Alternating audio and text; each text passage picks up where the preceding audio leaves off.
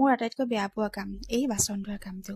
ভিডিঅ'টো আছিলে যোৱাকালি সন্ধিয়া। বাচন এইখিনি ধুব আছিলে। মানুহ হৈছোঁ তিনিটা, যিসোপা বাচন ধুব থাকে নহয়, সদায় ওলায়। চাহ খোৱা হওক, ভাত খোৱা হওক, এগাল এগাল বাচন ওলায়। মানে মোক বাচন ধেৰ লাগে, কিবা এটা বনোৱা ক্ষেত্ৰতে হওক বা কাৰোবাক নহয়, ঘৰৰ মানুহকেইটাই খোৱা ক্ষেত্ৰতে হওক, ধেৰ বাচন লাগে।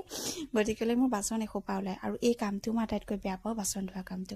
কিন্তু হ'লেও মই বাচন নহ'লে নোৱাৰোঁ মানে কাম কৰিবলৈ, এনেকুৱা মোৰ গতি। কিন্তু মই উপায়বিহীন, কৰিবতো লাগিব। যিমান বেয়া পালেও মই এই কামখিনি কৰিব লাগিব। আৰু প্ৰথমতেতো কামখিনি কৰিবও নাজানিছিলোঁ, বাচনকেইটা ভালকৈ ধুবও নাজানিছিলোঁ।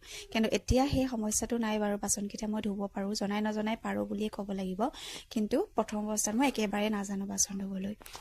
আৰু মোৰ নিচিনা নাৰীসকলৰ পৰা এনেকুৱাই হৈ চাগে, কাৰণ যি ছোৱালীয়ে বিয়াৰ আগত অৰ্থাৎ মাকৰ ঘৰখনত একো কাম নকৰে, সেইসকল ছোৱালীয়ে কিন্তু বিয়াৰ পাছতে সকলো কাম শিকি লয়। আৰু এইটো নহয় যে ঘৰত কাম নকৰিলে বুলি বিয়া হোৱা ঘৰখনতো নকৰিব, বা বিয়া হোৱাৰ পাছতো একোৱে নকৰিব, একদম অকল ভৰিৰ ওপৰত ভৰি তুলি খাব, এনেকুৱা নহয়। বিয়াৰ পাছত নিজে নিজে সকলো কাম শিকি লয় আচলতে প্ৰত্যেকগৰাকী নাৰীয়ে।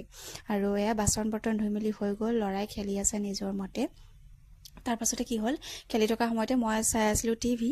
আৰু তাৰ পাছতে তাৰ আকৌ ভোক লগা আৰম্ভ হৈ গ'ল। মানে কি হয়, চাহ খাই আছিলোঁ, কিন্তু বিস্কুট বা তাক হৰলিক্স এনেকৈ দি পেলাই থৈ ৰাখিছিলোঁ। কিন্তু প্ৰায় 7টামান বজাত তাৰ আকৌ ভোক লগা ষ্টাৰ্ট হৈ গ'ল। তাকো খাই ব্ৰেড অমলেট এনেকৈ কৰি পেলাই খাব বিচাৰে। আৰু এইটো দেখিছে নহয়, মানে দিয়া নাই যে, একেবাৰে থেপেচ লাগি আছে। এতিয়া মই মানে বনাই দিলতহে শান্তি তত পাম আৰু, বনাই দিলত। আৰু লগতে আমাৰো হ'ব, ডাঙৰকেইটাও, যিহেতু যোৱাকালি দেওবাৰ আছিলে, মানুহজন ঘৰতে আছিলে বাৰু। আৰু এইফালে ডিম এটা ল'লোঁ। আৰু ইজি হয়, ডিম আৰু ব্ৰেড যিহেতু আনি থোৱা আছিলে, ব্ৰেডতে ডিম এনেকৈ উলট পালট কৰি পেলাই, যিহেতু মই বাটাৰ দিম, আৰু বাটাৰতে তেনেকৈ অকণ ফ্ৰাই কৰি দিছোঁ। আৰু তেনেকৈ আমাৰ ইয়াত মানে খায়। আৰু লগতে মোৰো প্ৰিয়, অকল ল'ৰাৰ কথাই কৈ লাভ নাই, ল'ৰাই খাই ভাল পায়, ল'ৰাৰ প্ৰিয় বুলি। কাৰণ মোৰো প্ৰিয়। মাকে যি বস্তু, অৰ্থাৎ মই যি বস্তু মানে প্ৰেগনেঞ্চিৰ সময়ত খাইছিলোঁ, সেই বস্তুখিনি ল'ৰাৰ এতিয়া প্ৰিয় হৈ গৈছে। মই যি খাইছিলোঁ, মই ভাত খাই বেয়া পাইছিলোঁ, তো এতিয়া ল'ৰাই ভাত নাখায়। আৰু মই ডালিম বা এনেকুৱা বাকী অন্যান্য বস্তুবিলাক খাই ভাল পাওঁ, তো ল'ৰাই সেইটো কাৰণে ভাল পায়। মই কেক খাই ভাল পাইছিলোঁ, তো সেইটো কাৰণে ল'ৰাই এতিয়া সেইবিলাক বস্তু প্ৰিয় হৈ গ'ল। ভাত একেবাৰে অপ্ৰিয় হৈ গৈছে।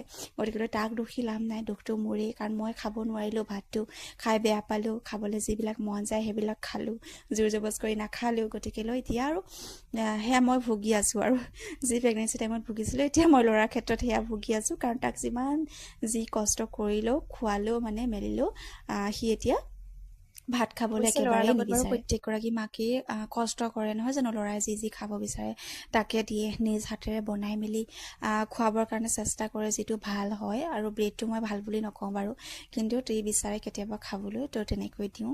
আৰু